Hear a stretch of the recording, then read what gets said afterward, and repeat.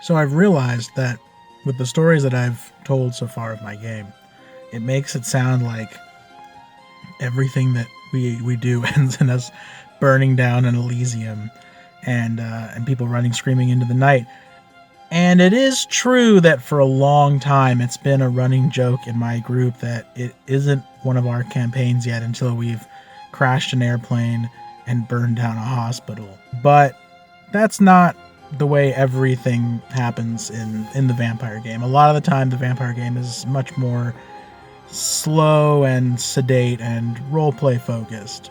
I actually would think one of the things that lets you know that your game is a success is when your players will sit and they will talk to each other, for like 5, 10, sometimes 15 minutes, just role-playing, just having conversations in character, and they don't turn to you. They don't turn to you and be like, what do we do next? They don't need you right then. They're just playing the game. They're just, they're just in the story. And I would say that this game has a higher percentage of that, and also a higher percentage of them talking to me as NPCs in character than any other game I've ever run. And I'm very happy with that. I think it's going quite well. So this is a story more about things that don't involve, explosions and massacres, although there'll be a little bit of that. So this is the story of Matilda the Vampire Slayer. When I decided to run a Vampire the Masquerade game, I decided pretty early on in the planning that I should have a Vampire Slayer in there. Vampire Slayers are from the Buffyverse, as they call it. It's an embarrassing name for a universe, honestly. The Buffyverse. It just sounds so silly. But, yeah, nothing to do with Vampire the Masquerade. Totally different mythology. But, it's my game. I'll do whatever the fuck I want. So I figured I would include one, and the character that I came up with was Matilda the Vampire Slayer, who is very similar to Buffy the Vampire Slayer, like at the beginning of the show. A little less seasoned. I figured there wouldn't be just one in the entire world because it's a little too restrictive, but otherwise similar. They're similar to the way Vampire Slayers work in Buffy, and they have a Watcher organization kind of similar to that. The plan that I had for Matilda, if I had any plan at all, was just that the players would run into her early in the game, at a time when they were still human, so that if things went south, she wouldn't kill them, because it would be a little cruel to throw a bunch of, neonate vampires against a vampire slayer, and she'd just be like, boom, just staking them left and right. But just that she'd be someone who would be a potential ally, a potential enemy, a potential neutral party, depending on how they deal with things. Like a lot of NPCs. Like Nick Knight, who was another good guy NPC in the game. And I was like, this game has a lot of NPCs who are evil or borderline. I'll throw in some nice people too. So Nick is a hero. Matilda's a hero. Her Watcher, Professor Pickle, good guy, source of information. The way that they ran into her, I didn't have a specific plan for how they would run into her. I figured there are a lot of mysteries. There are a lot of X-Files in the first part of the game. I'm sure they'll run into her in one of them. And that's what happened. When they first start the game, the very first thing they encounter when they arrive in Los Angeles is this murder. And they start investigating it and find that it's part of a series of these weird ritual murders. So I think it was every 2 weeks, it's during specific points in the cycle of the moon, someone is being killed somewhere in Los Angeles. It's always a man. They're all murdered, skinned, hung upside down like the way the Predator does. And they're hung over a symbol which is drawn on the ground in some sort of blood and paint mixture, which is some weird occult rune. So the players start investigating this. This is actually how they run into Nicholas Knight, because Nicholas Knight is the one on the case trying to solve this. And as they're investigating it, they talk to a lot of different NPCs, and eventually they start to figure out what's going on when they talk to Dr. Carter. And they get into Dr. Carter's library. They spend quite a lot of time researching in his library. It's not an easy task because Dr. Carter is a Malkavian. Malkavians always have a derangement, and his derangement is obsessive-compulsive disorder. He is extremely, extremely obsessive-compulsive, so that his library is not organized alphabetically, it's organized by height. So his books are organized by how tall they are. And you can imagine how difficult that makes it to find anything in there. So they put in the time, and they eventually find a book. They find these symbols, And they start to figure out what's going on. They figure out that these symbols are, I think it's Sumerian letters. I think they're Sumerian. I can't remember right now. But they're letters that are spelling out the name Dagon. And Dagon, if you've never heard that, is a ancient fish god, like a sea deity, kind of like Neptune. And he's also a god in the Cthulhu mythos. Dagon is bad news. He's a shit-wrecking god. He's kind of like the Kraken. Someone is performing blood sacrifices, spelling out his name in this ancient language. Each symbol is one of the letters of his name, and they're appearing at certain points on the moon cycle that correspond with him. And when they put the map of the murders over a map of the city and they look at it, they see that the lines trace together in classic TV serial killer style into the symbol of Dagon. So they figured this out, and they know 3 things now. A cult is trying to summon Dagon, and it's super bad news. There's only a month left, only 2 more murders that need to be done to complete this ritual, which they don't want that to happen because they just got here. It'd be really shitty if they had to drive from Atlantic City all the way to LA. LA is immediately eaten by Dagon, and they gotta I guess let's go to Boston or some shit and start over.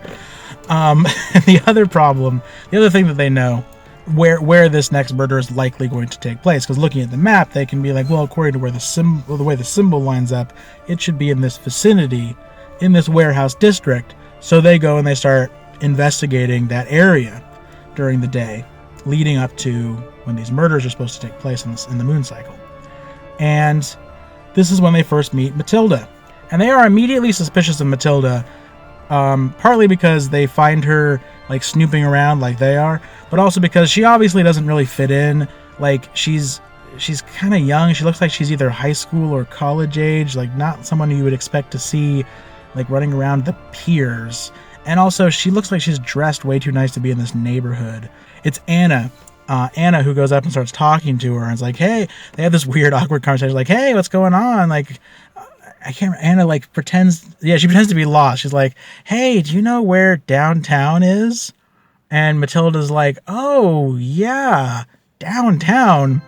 That's like miles from here. You're nowhere near downtown. And Anna's like, I am really bad at directions. I'm so lost. I was trying to get to the library and just donde está the biblioteca? I just don't know.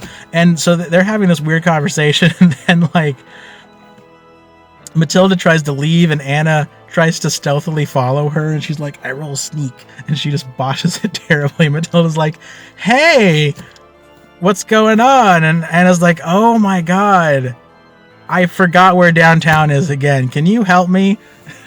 Jesus fucking Christ. Eventually, Anna books out, and Archibald, who's the stealthy character, he follows her. He follows her across the city a little bit.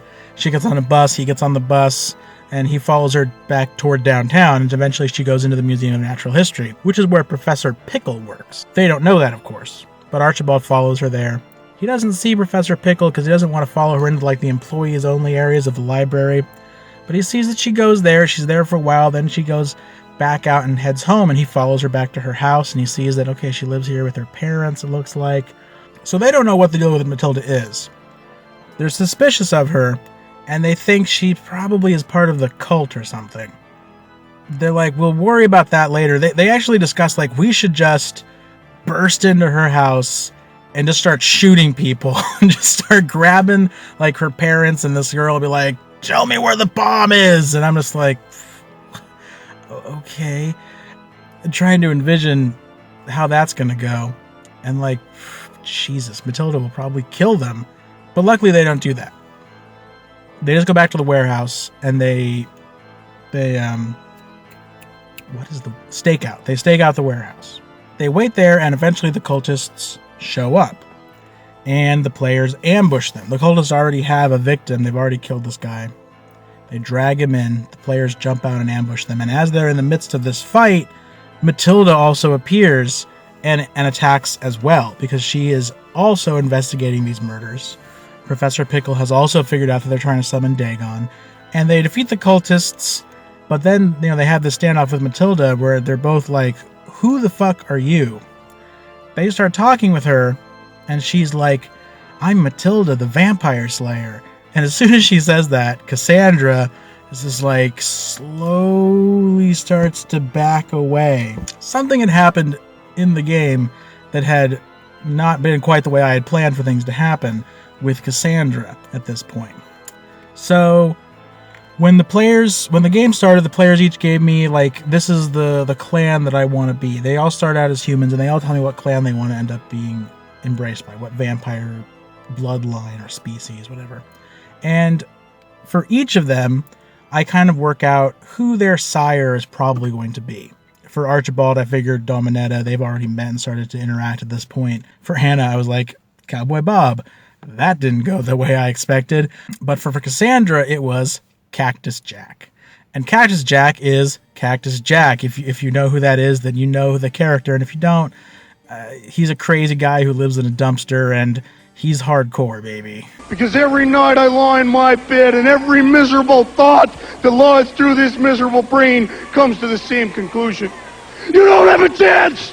The story that I came up with for Cactus Jack was that he was this insane Malkavian who previously had been adopted by, not his sire, but another Malkavian who became like his surrogate mother, surrogate sire, Mama Foley. And Mama Foley was a soothsayer, a psychic medium. She'd literally do seances, talk to dead things. She was a musician and a singer, a jazz singer from Louisiana, from New Orleans. And Mama Foley is now dead. She was killed shortly before the players arrived in town. And since her death, Cactus Jack has become even more sort of deranged and incomprehensible and just rambling. And he just kind of like, he lives in dumpsters and like under like broken down cars and just kind of like draggles around. He's usually invisible. He has obfuscate up, so he's usually invisible to people. He just kind of like wanders around, like pulling out his own hair and like whining and, you know, stabbing himself with things. And he's like a deranged. He's like a deranged schizophrenic with masochism and mommy issues, and really big, really strong, really scary, like fuck you up guy, but with like the mind of a twisted psychopathic 10-year-old child. And the reason that I had created this character, other than the fact that I wanted Cactus Jack in my fucking game, was Cassandra is a crazy psychic medium, soothsayer, singer who wanted to be a Malkavian. So I was like, that's the storyline that I'll go with, is she runs into this other Malkavian. She resembles his crazy Malkavian mother, and so he turns her into a vampire. And very early on, she had already encountered Cactus Jack. As soon as she goes to Haven, which is like the first day that they're there, she encounters Cactus Jack. She doesn't know it because he's invisible, but he sees her and he starts following her. And so he has been following her for a long time, and weird things have happened, some of which she has not entirely picked up on. Like, for example, when they went to see Dr. Carter at one point, Dr. Carter, like, he opens the door and, like, invites them in, right? And then he, like, holds the door and, like, does that again, which I don't know if they didn't notice that I said that or they just brushed it off, but it's because he's like, he has Auspex, he can see the invisible guy, and he's like, oh, Cactus, come on in, my boy. There you go, that's a good chap. But he doesn't say anything because he's not going to tell him that another vampire is following him around invisible. He knows Cactus Jack. He's not gonna piss him off. And then the thing that really got them going was, at one point Cassandra frenzies, because she's a ghoul. Ghouls can frenzy if they're under a lot of stress, and she does when they're in the fight. She frenzies and she attacks and kills some kids. Cactus Jack is there when this happens, and I was actually kind of waiting, thinking that what would likely happen is at some point she would get in trouble, she would get hurt, and then Cactus Jack would just like boom out of invisibility to save her, and that's how they would be like, holy shit, who the fuck is this guy? Like, what? And that's how he would be introduced. But that never really happened. What instead happened was, he kept following them around. He like took the head of this kid and put like a flower crown on it and like took it to her hotel room and put it in her sink, which freaked the players out a lot. Not long after that, they go to Haven again, the nightclub. And Cassandra decides, I want a job at this nightclub. I want to be a singer. I'm like, okay. I guess you, like, yeah. She asked me, like, can I audition to be a singer? And I'm like, sure, I guess. So she talks to Frank, who's Jeanette's school, and he gives her some kind of runaround or something, like, come back tomorrow or whatever. Mainly because I was just like, I've not really thought about this. I don't know what, like, sure, I guess, like, we're doing something else right now. But she really pushes the issue.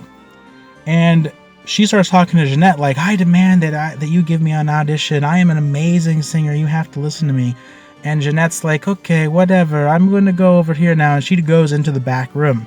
The back club room is where the vampires hang out in the nightclub. There's the out front where there's, like, mortals and stuff. The back room, the club room, is where the vampires only are allowed. She just walks up into the middle of this room and she's like, I'm going to audition right now. And she just walks in. I'm like, it's a restricted area. They don't want you in there. She's like, I don't care. I'm famous. I can go wherever I want. And she just walks in and starts singing. And as she's singing, I tell her, like, you see all these people looking at you and they're kind of like, have this, like, what the fuck look. And she's like, it's because I'm amazing. She rolls really high on her, like, incredibly good performance check. She's like, it's because they're just, what is it? They're awestruck by my amazing song. And I'm like, yeah, that's what it is. But that's not what it is. It's because they can see what she can't, which is the, like, 6.5 foot, 400 pound, sweaty, dirty, hulking guy who looks like he just crawled out from under a trailer park with a raccoon in his teeth, who's, like, standing there with long, greasy hair, wearing, like, torn up clothes with barbed wire wrapped around one of his arms. And he's, like, you know, pounding into the barbed wire as he's like, they can see this. They can see him dragging around like a 2x4 with nails in it. But she doesn't see him. And I decided, well, I'm going to make a willpower check for Cactus. And he fails. And he attacks her. And I tell her, like, you're to stand there. And suddenly you kind of hear something behind you. You turn around and you see this enormous, terrifying looking guy. He looks like some sort of deranged serial killer truck driver who, like, crawled on his hands and knees through garbage and mud to get to you. And he's like, just, like, screams like, ah! He just, like, grabs you, bites into you. You feel like your neck twist and you hear the bones snap in your spine and you black out. And none of the other players are around. They're all out in the main part of the nightclub. None of them are actually there to see this. And at the table, the other player's like, what the fuck? Cactus kills her. He just drains her dry. And Jeanette is like, Jack, you're not supposed to kill people in here. I've told you many, many times. You take her outside. Damn it, Jack. Get rid of her. And so Jack, feeling guilty, and, you know, he drags her outside, feeds her some of his deranged Malkavian blood, and just, like, guiltily throws her in a dumpster to hide her body and runs off into the night. So she comes back as a vampire. And that is how Cassandra got turned into a Malkavian several weeks earlier than I had anticipated that was going to happen. So while all the other players are still human, Cassandra ain't human anymore. And so when Matilda says she's a vampire slayer, Cassandra just starts backing away. Like, I need to get the fuck away from this girl. But Nathan is there. Don't worry. Have no fear. Nathan, our level-headed hero, he is there to solve the situation. And he steps right up to Matilda the vampire slayer. And he just starts making deception rolls, and he's like, we're vampire hunters also. We're a team of investigators who hunt down paranormal entities, and we came here to destroy this horrible cult because we're the heroes. And he just starts spinning this ridiculous tale. Nathan is very charismatic, very charming guy, very good looking. And Matilda is young, kind of impressionable, not super good on, like, the mental stats. And so he's rolling really well on all of his deception checks, and she's not doing so hot, and she's just falling for it. And she's like, wow, okay.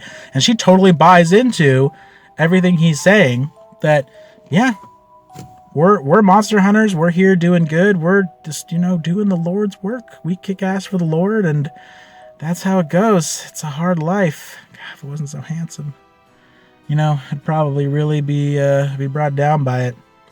But anyway, Nathan, out of character, is just like, I'm gonna make this girl fall in love with me. I'm gonna drive her insane, and like I'm just imagining the nightmare scenario now of like psychotic Nathan once he becomes a vampire, like ghouling a vampire slayer and having her at his beck and call as his like superhuman servant. I'm just like, Jesus, this is escalating quickly. So they all leave, and over the next couple of days in game, Nathan is like interacting with Matilda a lot. He goes and hangs out with her and talks to her about various things, asks her questions. He meets Professor Pickle. He ingratiates himself to Professor Pickle and to her. He takes her out on a date. And other than the fact that, he's a brooding psychopath with intentions to destroy her entire life, it's very sweet. That is what then leads to the tragedy of Matilda the Vampire Slayer. At the same time as this is going on, the players had also been given an assignment to kill a guy named July Wilkes. July Wilkes is a vampire hunter, not a slayer, just a guy who kills vampires. He has come from Louisiana and followed the Wyatt family all the way here to Los Angeles. And so the Wyatt family are like, he's a man with stringy hair and the eyes of a killer. He hunted us all the way from the bayous. If you bring his head to us, he'll be exalted in the presence of Sister Abigail. And so they're like, sure, dude. You seem like a stable guy. We'll kill him for you.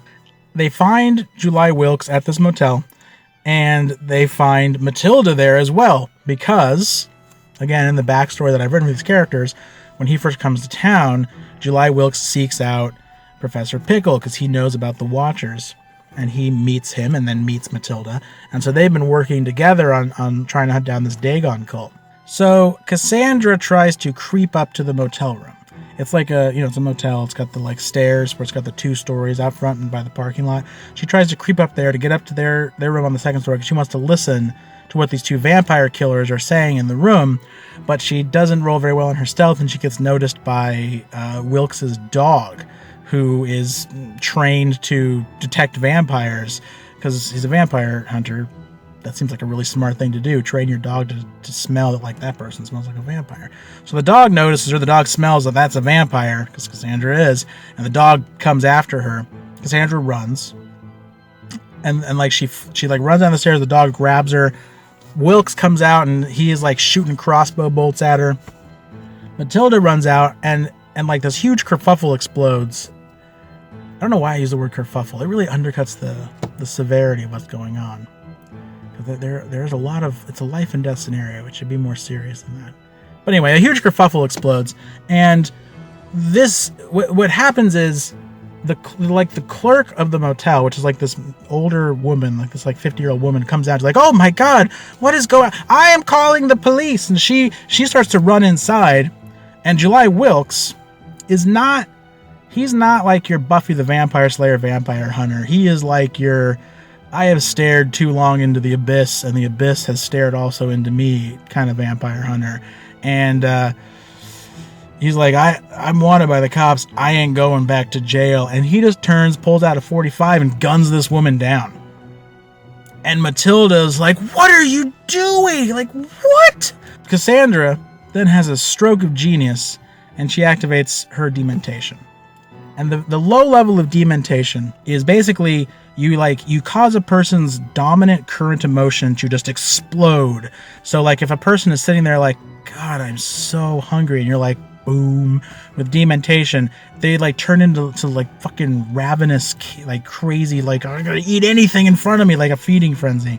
She sees Matilda like, what the fuck are you doing? And she's just like, dementation, catharsis. And Matilda just snaps, goes right at Wilkes, pulls out her stake, and just fucking starts stabbing him in the heart. And everyone is like, holy shit, that escalated quickly. Don't worry, because our level-headed hero Nathan is here again. Nathan comes out from the bushes where he's been hiding, just comes up and just like, this like potent snaps the neck of this dog. And then he comes over to Matilda, and right as she's coming off of the shock of that, he's like, it's okay, it's all right, don't worry. Like, this is what you had to do. He was obviously crazy. He's a murderer. Did you see what he did to that woman? And he just starts rolling. And so I tell him, roll your persuasion, and I roll her like willpower to resist. And he rolls a critical success, and she rolls a critical failure. And so I'm just like, okay, man. She just kind of like breaks down and just collapses into your arm and just like, I don't know what to do. And he's just like, it's okay.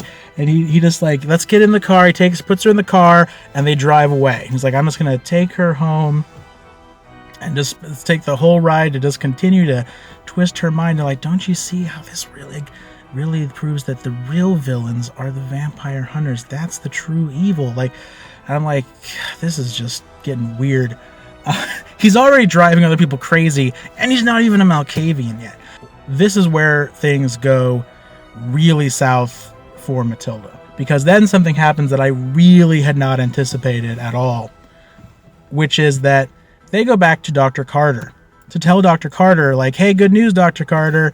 We took care of that Dagon business and whatever else.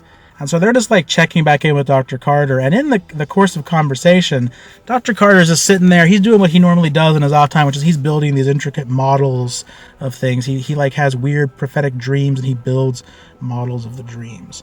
And while he's just sitting there like, yes, very nice, whatever, like not paying attention to them at all, working on his model, Nathan happens to say like, yeah, and we did something with Matilda. And Dr. Carter's like, who is Matilda? And Nathan says, oh, she's a vampire slayer. Doesn't say vampire hunter, which if he had said that, Dr. Carter probably wouldn't have thought. He was like, vampire hunter, killer. But he says vampire slayer, and Dr. Carter's like, tell me more about this vampire slayer. So, a lot of this is background information that the players do not know at this point in the story. And actually, even to this day in the game, this goes back to Dr. Carter's story that I had written up for him prior to the game starting, to like about 60 years before the game begins, when Dr. Carter first arrives in LA. At that time, the only vampires in Los Angeles were the Nosferatu brood, Stone Tree's brood. And Stone Tree had, not really knowing how to be a vampire very well, because he wasn't ever trained how to do it, he made way too many Nosferatu. They were feeding too much, too openly, and they drew the ire of a vampire slayer, a Native American girl named Wind in her hair. And so she showed up in the city, and she started wrecking this Nosferatu brood. She was very strong, very clever. She would hide very effectively during the night so they couldn't locate her, and then during the day she would hunt them down, and she's just tearing through these guys to the point where Stone Tree doesn't know what to do. His kids are getting killed left and right, and he figures she's coming for him soon, and he's nervous about it. And that's when Dr. Carter comes into town. Dr. Carter arrives, and he hunts down the Nosferatu, and he meets Stone Tree and finds out about this problem. He's like, oh, a vampire slayer. I've killed many vampire slayers in my days. He's never even heard of a vampire slayer. Has no idea what it is. But he's like, yes, I've killed many vampire slayers during my sojourn in Mexico. Tell me about it, and I will take care of the problem for you for a fee.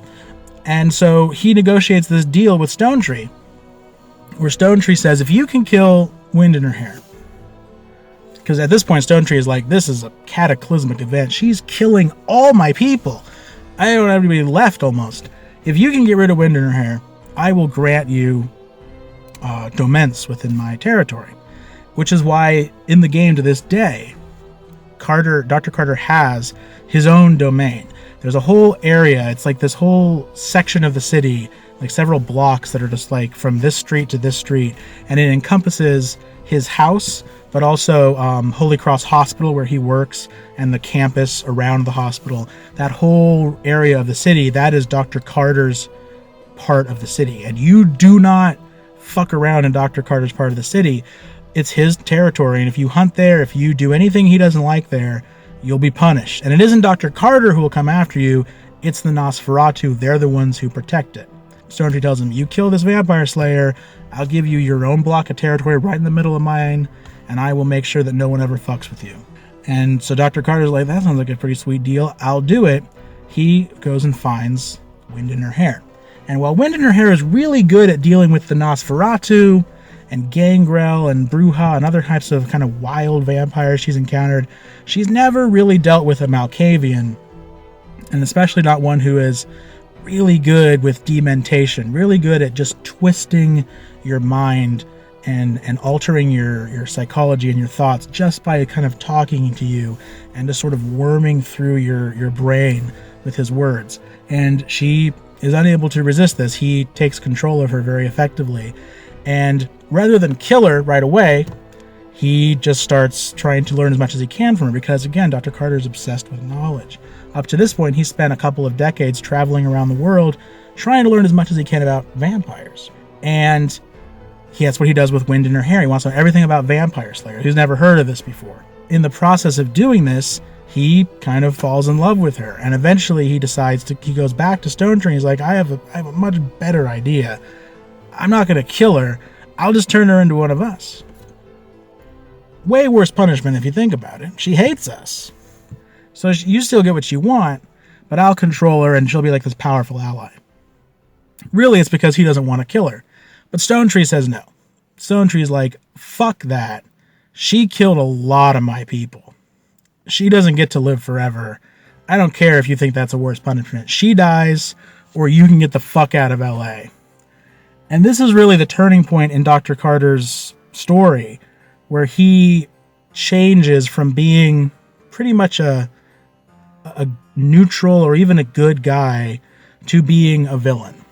Up until this point, he lived, a normal life, was a good guy, was a doctor, spent his whole life trying to help people, advance medicine, save lives. He got turned into a vampire on his deathbed. He was withering away of this wasting illness. He was fascinated by it. Once he started to realize there was something dangerous about him, something predatory about him, he fled, he left. He didn't want to harm his wife, his children, his grandchildren, so he fled and pretended he was just dead so that he could distance himself from them so they would be safe. Traveled around learning everything he could about vampires, and has been looking for ways to control his own, more dangerous impulses so that he doesn't have to be a dangerous person. But this is the point where, as I was talking about before, the whole core of the game is that if you're a vampire, you're always fighting this battle between your humanity and your beast. And, your humanity is what makes you a human being, your empathy, your senses of compassion. Your beast is it's like Jaws, right? All it does is swim and eat and make little sharks.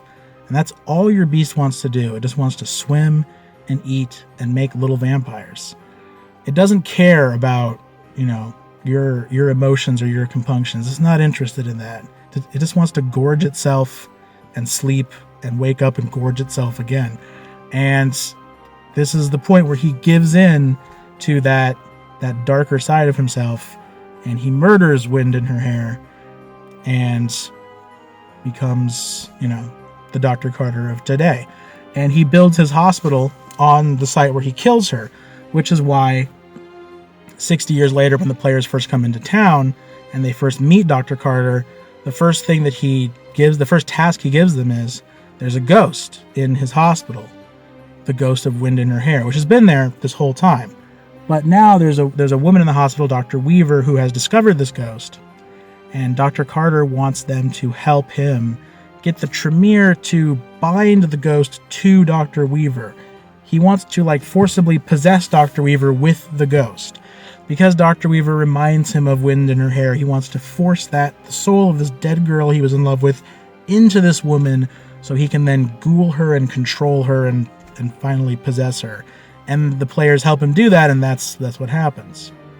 But the other thing that Dr. Carter learns when he kills Wind in Her Hair is that slayers are similar to vampires in one respect, which is that if you eat them, it isn't like eating a human. It is like diablerizing a vampire, and it makes you more powerful. It reduces your generation.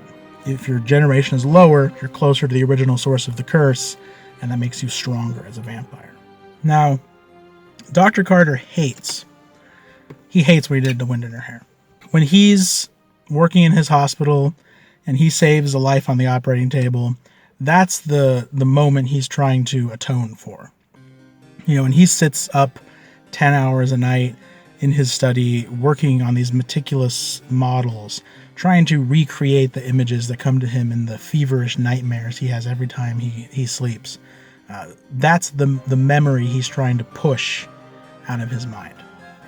To him, that's the worst thing he's ever done. But to his beast, that is the best meal that it ever had. The most delicious thing it ever tasted. So while he hates that, and he hates everything about it, and hates what it's turned him into, his beast loved it and wants so much to be able to do it again. So when he hears Nathan say that he met a vampire slayer, the beast takes over, and he immediately says, "You should go find this girl, Matilda, and you should bring her here. Bring her here to me, and I'll reward you for it." And Nathan is, I don't like how close he's getting to me. And I'm like, yeah, Dr. Carter comes over and he puts his arm around you and he's kind of like massaging your shoulder and like patting your chest and like, "You should bring her here. Bring her to me." And Nathan's like, okay.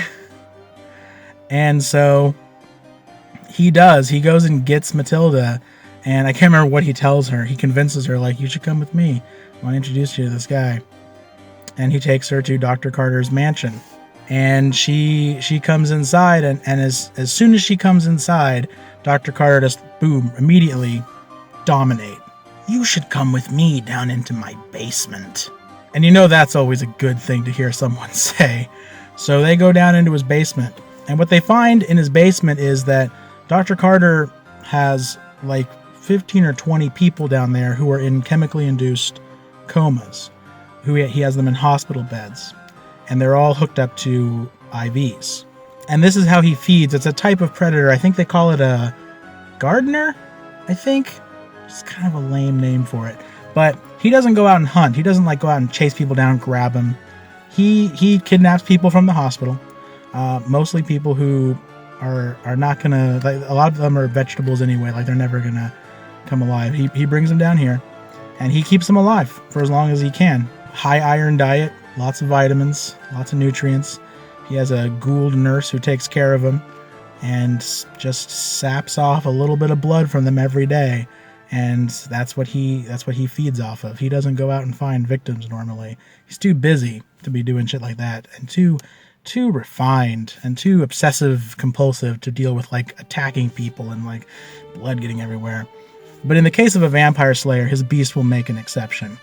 And he drags her down there, and as soon as they see this, he just immediately just goes to town on Matilda, just bites into her and starts draining her dry. And Nathan is like, fuck, I don't know what to do.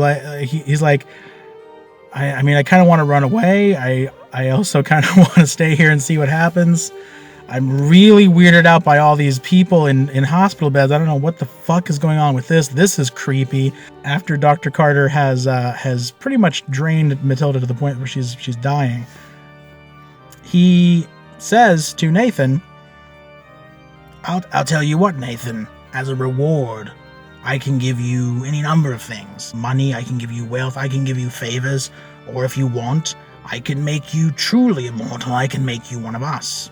My sister, playing Nathan, she knew that she wanted to be a Malkavian, and she didn't know Dr. Carter was a Malkavian. Somehow, we had said it a number of times, and he's obviously obsessive and deranged. Somehow she had not been paying attention during some of the things we had said, and she thought he was something else, and she was like, she actually finally okay, I guess I'll let him turn me into a vampire. And then after the fact, and I tell her okay, so you got this because you're a Malkavian. She's like, I'm a Malkavian? Dr. Carter's a Malkavian? And I was like, yes. Were you not paying attention?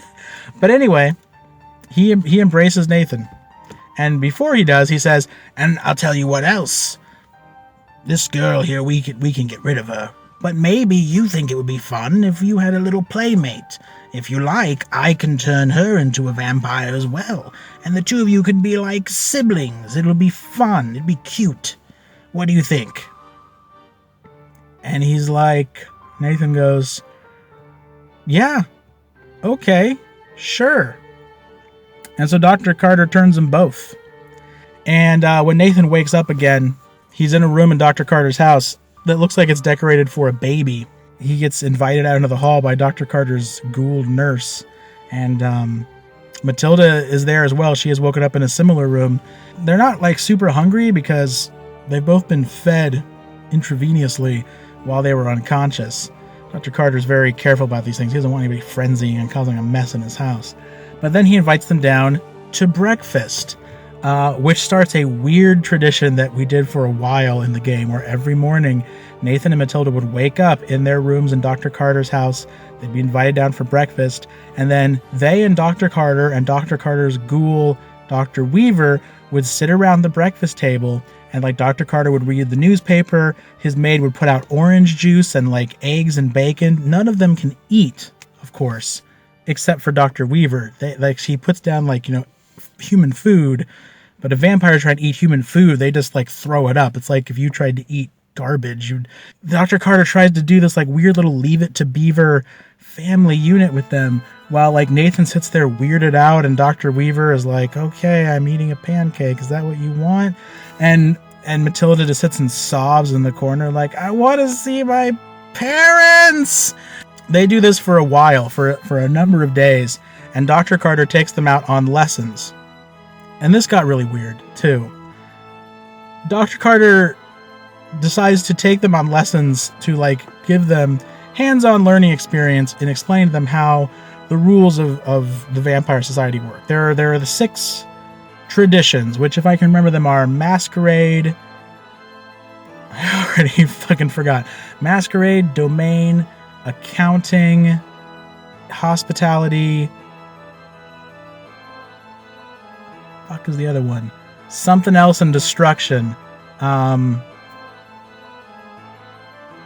Progeny and Destruction.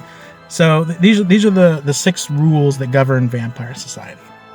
So he takes them on missions, on little like tasks to teach them this. So like he takes them to a hotel. He's like, today we're going to learn how the tradition of masquerade works. The important thing about the masquerade is that you can't tell anyone you're a vampire. No one can know. And you can't leave any evidence behind. The first rule of being a vampire is you don't talk about being a vampire. So, and he'll just like burst into somebody's hotel room and just like grab a guy and like tear his throat out, and then just like dominate his wife and be like, kill yourself. And she'll like slice herself open with a razor, and blood is everywhere. Matilda's like screaming. He's like, now clean it up, no evidence. And they're like, fuck. And so like he has Matilda and Nathan running around like cleaning up bodies, like wrapping people in rugs, like wood houses. Sir, I have fetched the rug. And like stuffing people in trunks and like scrubbing blood off of things, and like Matilda's sitting there sobbing as she tries to like scrub blood off the wall, and Nathan's like, scrub, Matilda! Stop crying and just do it! God, you're so annoying! He teaches them about progeny and accounting, where progeny is that you can't create another vampire without the permission of the prince. The prince has the right of progeny. If you want to make a vampire, you have to be like, Prince, may I make a vampire? May I turn my ghoul into a vampire? He's been a very loyal servant for a long time. And the prince will be like, yes, you may, or no, go fuck yourself. Now, Dr. Carter doesn't have to ask for permission in this case because there is no prince. The prince is dead. The city is just chaos. But normally, you have to ask. He gives them puppies. And he gives them puppies and explains them the whole concept of progeny and how that works. And then the puppy's pee in the car. And he's like, and this is how accounting works. Everything that the puppy does, you're responsible for it, Nathan. It's your puppy.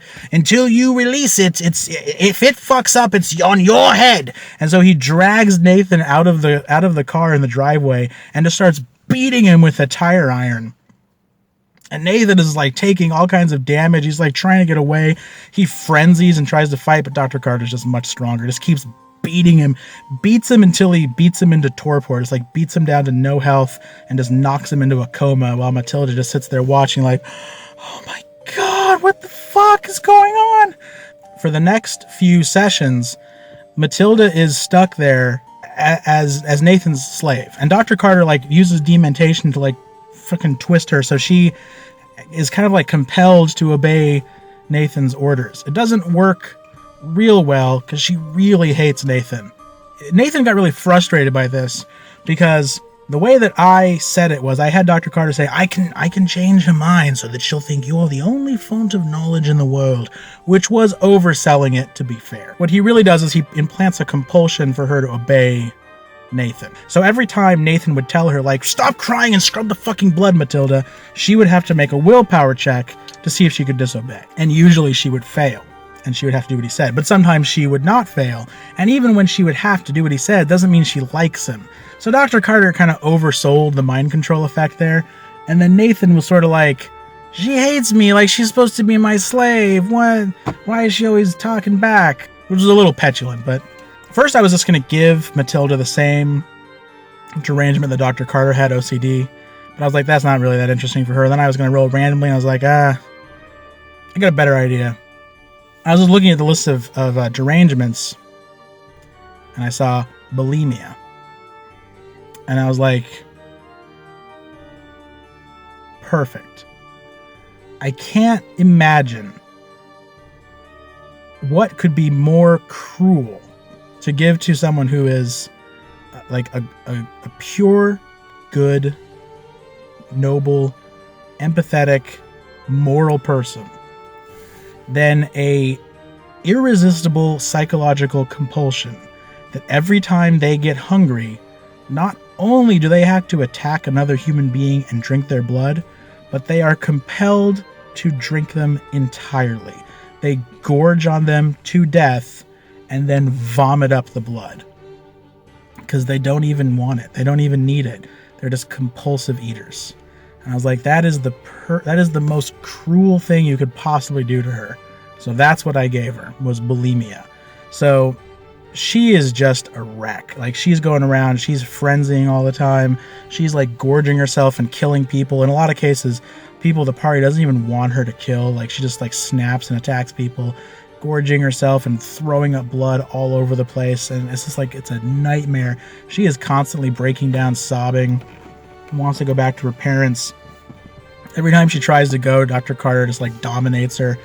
It's really kind of nightmarish and sad. And this is actually where I think that tabletop games often break down on this level, because it's really hard to do a horror RPG because the audience is the players, and the players just don't connect to the horror in a game the way that you would like them to. Like, what was happening to Matilda was horrifying, like absolutely horrifying. And if it had been happening in a movie, they would have been like, God, this is so fucked up. But because it's a game, they just purely view it as an annoyance. They're like, this fucking NPC won't just do what we tell them. God damn it. Just obey. Like, stop whining about how we've destroyed your entire life and you can't see your parents again and we've turned you into a serial killer against your will. And just fucking go kill that guy like we said.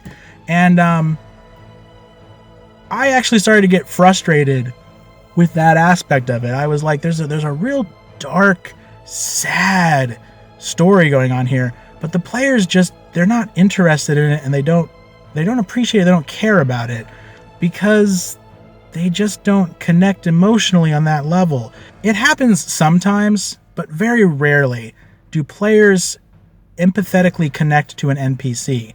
There's just kind of a psychological block there for most players, where it's like, that's an NPC, they're not a real person, I'm in a game. And so they view them as kind of like a resource, They either view them as like that's an ally, an enemy, or something that I can get something out of.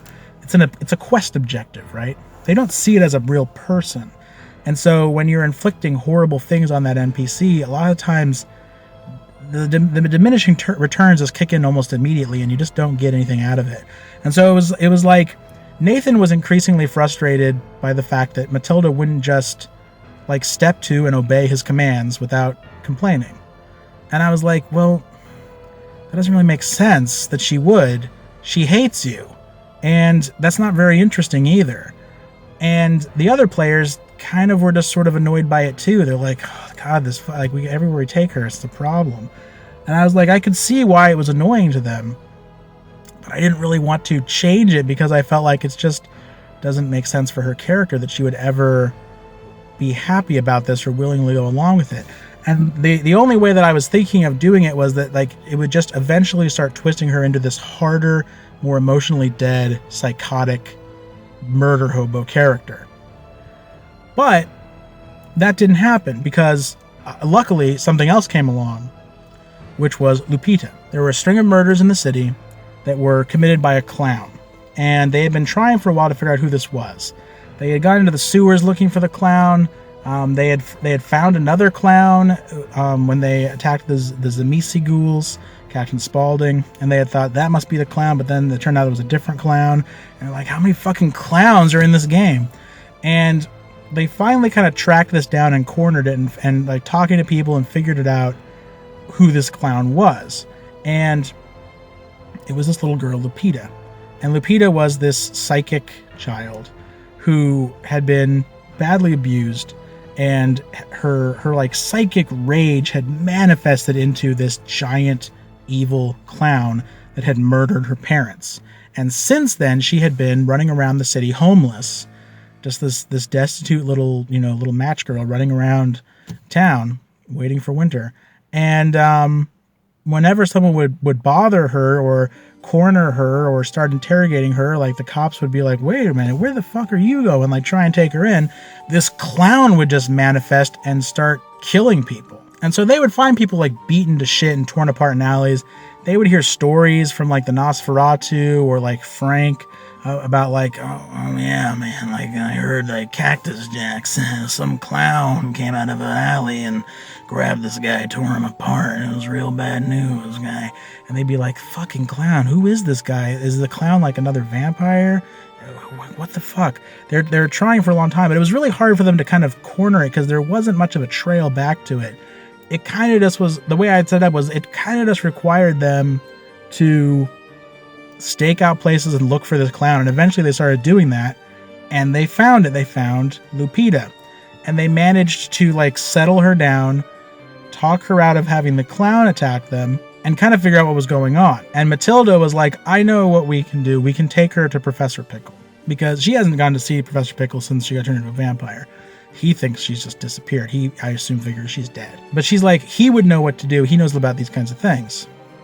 So they go and they meet with Professor Pickle, and they're trying to figure this out. And the player characters start talking about what they're going to do with this girl. And being player characters, their first solution to everything is, well, we could just kill her. That would solve the problem, right? Can't summon a clown if she's dead. And so they start talking about this. And this was the moment where I was like, I know what to do with Matilda. And Matilda grabs Lupita when no one is kind of watching and just books it. And she leaves a letter for Nathan saying, like, I've taken Lupita, I've left the city, please don't come after me, I hate you, goodbye.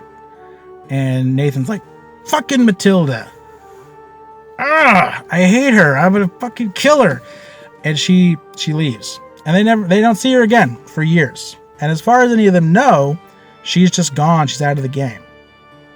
But she isn't out of the game. By this point in the story, they had met Nicholas Knight several times while Matilda was around. And while Nicholas Knight and Matilda had not really had much interaction together, she had seen enough of him and heard enough about the players talking about him to get the sense of like, this guy is not like other vampires. He apparently is a good guy. He's a cop. They don't like him because they think he is a cop. She figures she could run, but she doesn't really have anywhere to go.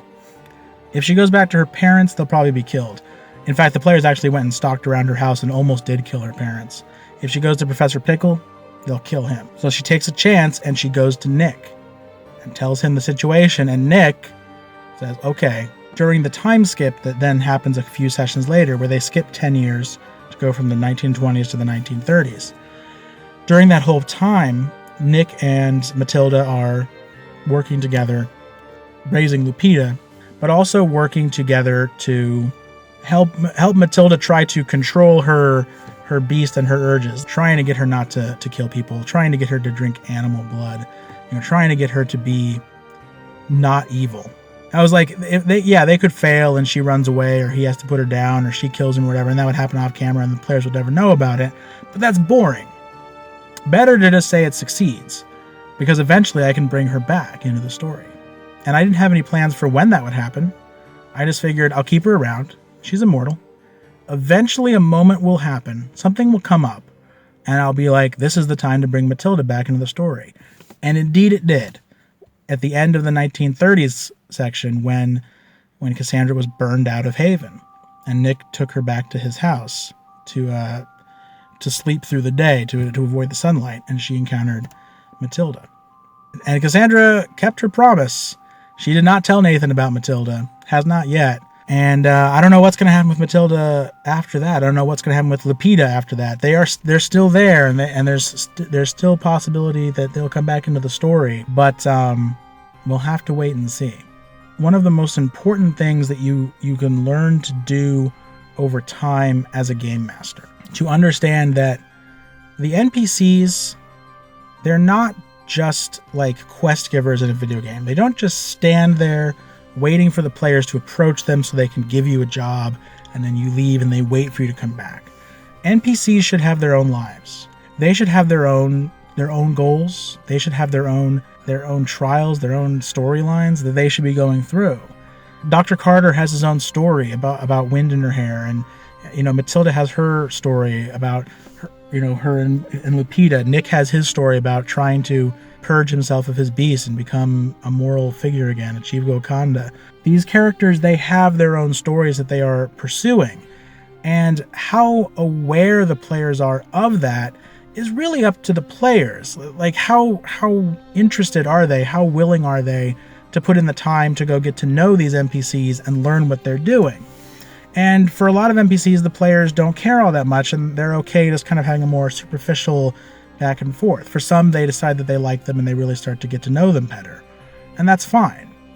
But having the NPCs active in the background, having them living their lives, knowing what those lives are, that makes your world so much more real. And if you do that, and even if you only do it with a limited number of NPCs, if you do that, it allows you to create this sense of a real living world, which makes the game feel so much more immersive. I remember when I was a kid, Grand Theft Auto San Andreas came out, and I asked my parents to buy me this game, and they're like, don't you already have a Grand Theft Auto game? And I was like, you don't understand. In this game, you can go to restaurants and eat food, and then you can go to the gym and work out, and like how much you eat versus how much you work out changes the shape of your body, just like real life. And I remember saying to them, like, this game could literally be better than my real life. And that is sort of what I go for. That is sort of the goal that's what you should be shooting for. You want it to feel as much as possible like the real world. Verisimilitude is the term. You trick the players into thinking this really is like the real world. And Nick Knight is real, and if I look away from him for 10 years, shit happens. Matilda's a real person. The things that I do to Matilda have consequences in her life. She doesn't just react like a video game character. She reacts like a person. And when I'm not looking, she's still doing things. And the fact that there's this very powerful person who I horribly, horribly destroyed her life, that person may come back one day. It's like Carlito's way. You can't just beat up Benny from the Bronx and tell him to go fuck himself and leave him alive. He's going to come back. It's okay. It's going to be okay. Hey, remember me? Benny Blanco from the Bronx? No! Charlie! And that's part of what an immersive sandbox world is. Everything the players do, you have to keep a note of it. And you have to decide, is that something that will one day maybe come back to haunt them? And you don't necessarily know whether it will or whether it won't, but you prepare for it. Because when it does, those are the moments that make the world in the game feel like it is real life. So that's the story of Matilda the Vampire Slayer. Hopefully there will eventually be more to tell, because I think she ended up being a really interesting character. And, as much as I kind of hoped like maybe this will lead to something cool, it really did. And it really led to something really dark and horrifying and intriguing. And I hope that it'll lead to more. Anyway, I hope anyone who listened to this found it entertaining, and good night.